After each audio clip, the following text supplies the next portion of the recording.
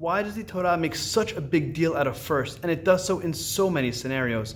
Every morning before a prayer, we state, Kadesh tichol bechor pete kol rechem, designate for me every firstborn male child. And we're familiar with this when we celebrate with the family for Pidyon Haben, celebrating their firstborn male son. And in this week's Perashat, we learn about Bikurim, the celebration of the first fruits of the 7 species of the land of Israel that we must put in a basket and bring to the Beit HaMikdash. But why? We already have a law called Maaser where we have to separate 10% of the end of production. Why do we also have to separate from the firsts? And not just that, we make such fanfare.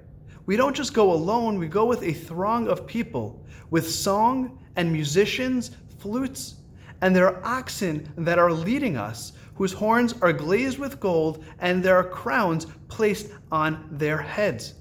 And when we finally arrive at Yerushalayim, the Kohanim come out to greet us with dignitaries. Why all of this for just a few grapes, figs, and some wheat? And so much could go wrong. There could be a drought, there could be a flood, there could be pestilence. Who knows if our crop is actually going to be successful this year? I think that's exactly why we celebrate the firsts.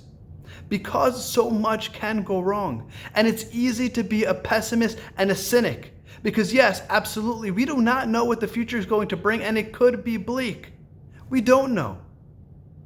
But that's exactly why we don't do this alone. We get together in a group. We sing songs. We bring instruments. We make a whole fanfare of it, and we do it as a community because we need the support to see the positivity, to celebrate our small successes. When a child takes their first step, yes, they're wobbly. Yes, they may fall. Yes, it could be a long time till they could eventually walk.